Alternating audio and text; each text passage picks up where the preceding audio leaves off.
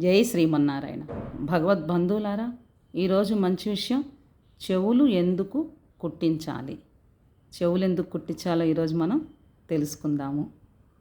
మన సంప్రదాయంలో అదొక సంస్కారం అండి.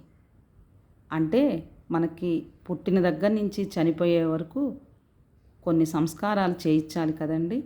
అందులో ఇదొక సంస్కారము.